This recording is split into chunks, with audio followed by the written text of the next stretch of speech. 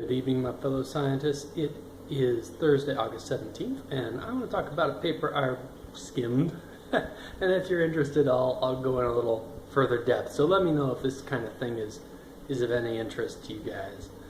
I read this paper about a little psychology meta-study that looked at a whole bunch of other statistically sound papers and made a meta-inference to find that people who accept negative emotions tend to be overall happier than people who don't.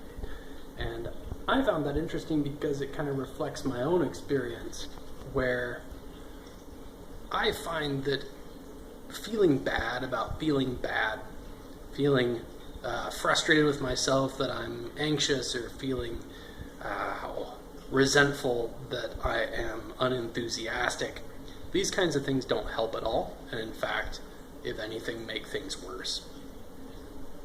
Because then, not only did I not feel better, but now I have the resentment or frustration with the emotion. So that negative, vicious cycle seems to be now fairly well backed up in the scientific literature, that people who experience this end up overall less happy. So maybe not surprising, and the paper did not go so far as to assign cause and effect, but from my perspective, it's pretty interesting.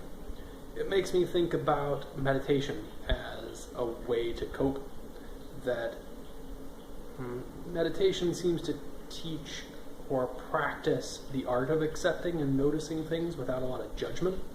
And I feel like that's probably a healthier way to deal with negativity, and also probably a better way to deal with things that are positive and happy, because appreciating them and enjoying them is easier if you're in the habit of really noticing and experiencing.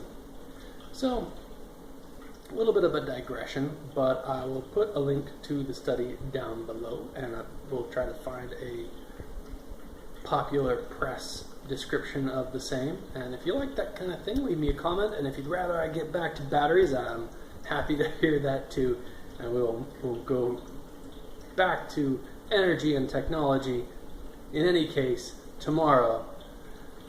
Tune in Monday through Friday. We update and talk about science and chemistry and batteries, and occasionally just the weird things that interest me here in the Alamo.